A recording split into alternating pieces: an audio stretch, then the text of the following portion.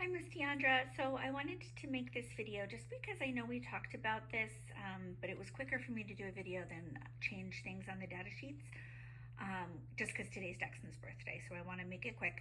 But it looks like Max is doing really, actually, this is really great for, the ReadWorks story questions. And I feel guilty because I see that I wrote 100% accuracy, but that's probably not a realistic goal.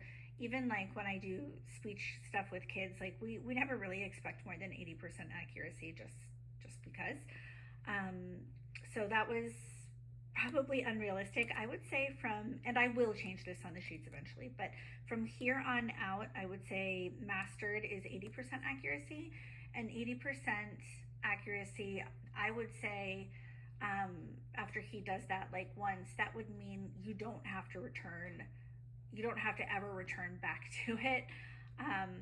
But I know that we had talked about possibly cycling through stories. Like if Max does a story and he's done it like 4 or 5 days in a row, I would say like if he's done the story for a full week and and he's still really interested and he loves whatever little activity you do with it, and you think it's great to keep going, then by all means keep going. But if you can tell that he's bored and he's not into it, I would just stop that story and move to another one.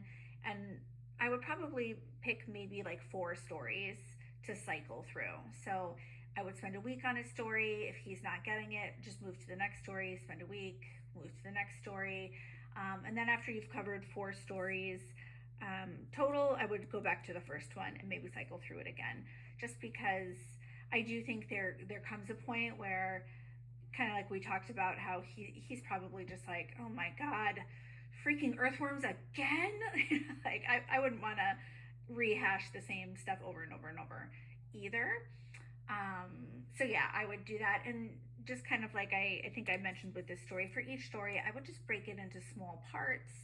I wouldn't So I guess maybe then if you are breaking it into small parts and you're not getting through the full story, then maybe you could spend some more time with it. But for this kind of stuff, it's not high Erasmus stuff. This is just homeschool stuff. So I 100% trust you to use your judgment. If you feel like kid needs a break, let's just keep it moving and go to the next story, by all means, that is fine with me. If you don't mind just putting the story title at the top, that way I can like if I come down and I check the book, I can think, oh, this is a cute activity that would go with that, and then I'll try and type that in here just to break it up and make it more fun and more exciting for him. Because I know, I mean, he gets a tremendous amount of time to play, but probably sitting and reading those stories is not the most exciting thing for him. So if I can think of something to support the story that's more fun, then I definitely will try and do that.